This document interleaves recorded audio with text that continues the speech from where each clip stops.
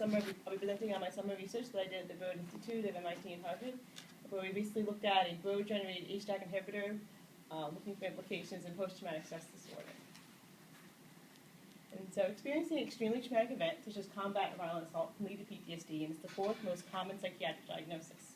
Exposure therapy is the current most turned-to treatment option for PTSD, which basically involves a patient meeting with their therapist and mentally reliving the traumatic experience in a safe setting with the hope that they'll form new, more positive memory associations to outweigh those negative traumatic experiences.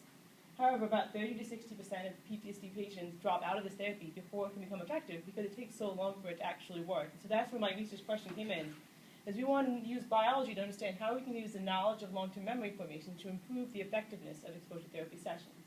So before I go into my actual project, I'll give a little bit of relevant background on the biology of long-term memory formation and how our project targeted it. And so long-term memory formation requires a process known as transcription.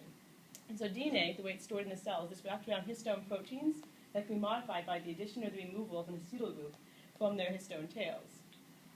Something known as a HAT, or histone acetyltransferases, are responsible for putting on those acetyl groups, while HDACs, or histone deacetylations, will do the opposite. They'll take off the acetyl group.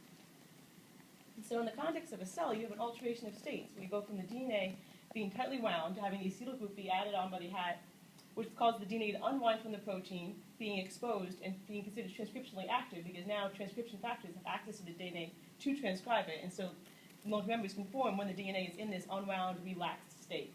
Then HDACs will remove the acetyl groups, reversing this process, making it tightly wound up again, and so now you can no longer transcribe, and in theory, you will no longer be able to form long-term memories. And so our project looks at an HDAC inhibitor. So HDAC inhibitors will block HDACs, and so those block the removal of the acetyl groups, and the theory would be that you would enhance memory formation with this inhibitor. But beyond just theory, there's actually a history of literature studying this area of HDAC inhibitors, and in 2007, a group under Littell and Wood studied global HDAC inhibitors and found that they facilitate long-term memory formation. So HDACs come in different isoforms, and so later on they discovered that HDAC3, that specific subtype, is most highly expressed in the brain, because normally HDACs are throughout the whole body. And so HDAC3 specific inhibitors were found to also enhance long-term memory. So that led into the Broad generating their own HDAC3 inhibitor that's even more selective, 170 times more selective for HDAC3 over the other three HDACs, with the idea that you would have more therapeutic value with a drug that's very specific to the target. And so my actual project was two parts: to behaviorally characterize this drug and see how it affects extinction memory in a mammalian model of fear. And then the other half of my project was doing a biochemical characterization. So how does it actually work at the molecular level in the brain? So for the behavioral characterization, we relied on a 3-day protocol of fear conditioning in a mouse model, where on day one we will be these are wild-type mice, where we condition the fear response on day one. We put them into a chamber, and they receive a series of short foot shocks. And these foot shocks, they form the memory of associating it with the context. And so the context itself serves as a scary place. So they've learned on this day that the box is associated with a traumatic experience. On day 2 is the extinction session. So these same mice are put back into the box again, given the opportunity to not be shocked, but to actually learn that the box is a safe place.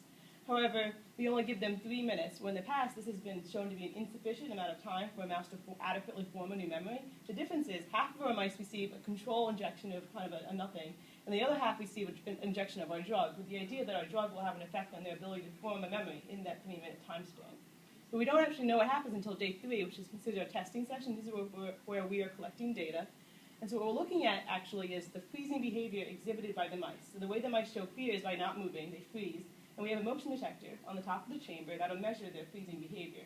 And we would predict that the wild-type mice would have a very strong memory of day 1, the box being a scary place, so they should freeze a lot on day 3 because they did not adequately learn on day 2 that the box is a safe place.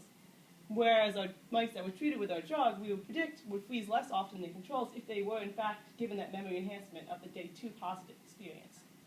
And what's pretty exciting is our data shows a trend in that direction, and there was a really significant difference in our mice that were treated with our drug versus the mice that weren't. So what we're looking at is the first column is our training day. This is before the drug was having an effect, and so we predict that the mice will be at the same level. On the y-axis is the mean percent freezing, so basically how scared they are will be a higher value. And then for the next 4 time blocks, or 3-minute time chunks of over the 12 minutes, how much they froze, and consistently the mice treated with our drug froze less, so they were less scared. And it was statistically significant at the 6 to 9 minute time block. So it was pretty exciting. So we kind of could see that our drug did have an effect. But now came part 2 of the project, looking at the biochemistry, where in the brain it potentially is modulating these behavioral changes. And so in this experiment, we had new sets of wild-type mice, another control group, and another group that we gave an injection of our drug. We waited an hour because chemists had shown prior that that's the peak activation of the drug. And then we collected the hippocampus from these mice. The hippocampus is a region of the brain that's been implicated in long-term memory formation in the past. We thought that'd be a relevant brain area to study if our drug's having an effect.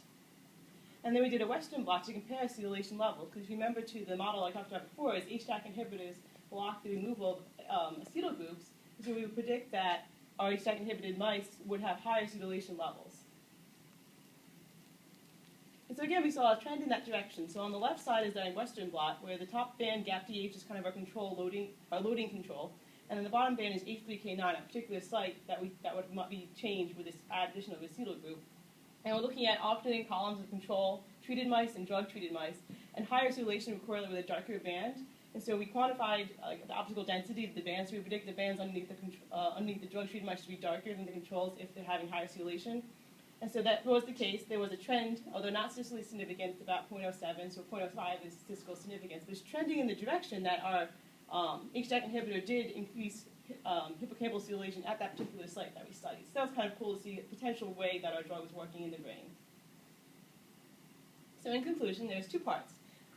Our drug, the HDAC3 inhibitor, was involved in an improvement of extinction memory in this mammalian model of fear, and also we saw a modest increase in acetylation levels at H3K9, a site relevant for long-term memory formation. And we only looked at one particular site, so there was a modest increase in some other potential avenues of future research, maybe look at other sites that were relevant for long-term memory, or even doing a global look at the whole changes of the genome and seeing maybe where acetylation levels might have changed that could be implicated from our drug. And a very long-term goal, to keep in mind, this is a very preclinical study, but the idea would be that in a person, HDAC inhibitors could be paired with this extinction therapy, exposure therapy session, where the idea would be in a person, if they could enhance their memory, they could take this HDAC inhibitor prior to their therapy session, and that session would be more efficient because they're better able to form more positive memory associations during that therapy session in that hour window when the drug is the most peak activated.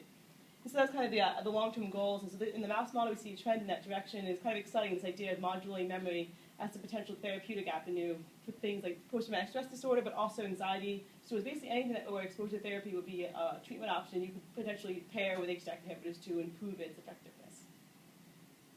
And so I'd like to thank everyone at the Stanley Center, my mentor, Dr. Lewis, and the techs who helped train me, Kelly and Shannon, and then Chris, Ed, Flo, and Fan were responsible for developing the drug, the HDAC3 inhibitor that we tested. And I was a part of the Summer Research Program in Genomics, so the whole diversity initiative staff at the Broad and at Harvard and MIT were very supportive, and also the PDI program for helping sponsoring my trip here today. So now I'm open for any questions.